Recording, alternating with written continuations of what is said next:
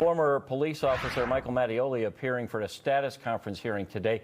You'll remember he's accused of killing a man while off duty back in 2020. Brett Vickery joins us live from outside the courthouse. And Brett, this has been a very long process for Acevedo's family.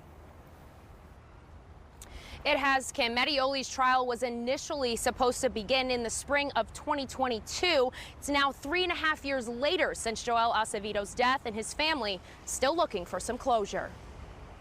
It's been too long. Maribel Acevedo has had to hear this. State of Wisconsin versus Michael Mattioli. For the last 3 years. Yeah, it's frustrating. Former Milwaukee police officer Michael Mattioli is charged with choking Joel Acevedo in April of 2020 while he was off duty. Acevedo later died. Moving forward, we just continue to be hopeful and comfort each other in the process. The trial has continued to be delayed, primarily due to the lack of appearance from the key witness, former medical examiner Dr. Brian Peterson.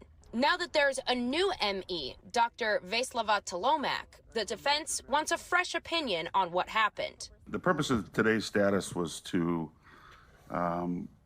see if Dr. Tolomak could review Dr. Peterson's autopsy and offer an opinion. The prosecution agreed that they could talk to Dr. Tolomak, but says Tolomak already agreed with Dr. Peterson's findings. And how many examiners do you need to come up that a chokehold is a chokehold, and there is no pre-existing medical issues that can cause that death? I don't need to be a medical examiner to come with that conclusion.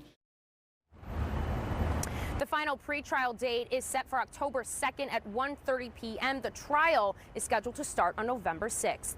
Live outside the Milwaukee County Courthouse, Brett Vickery, FOX 6 News. And Brett, the reason there is a second medical examiner involved is because the first medical examiner disappeared.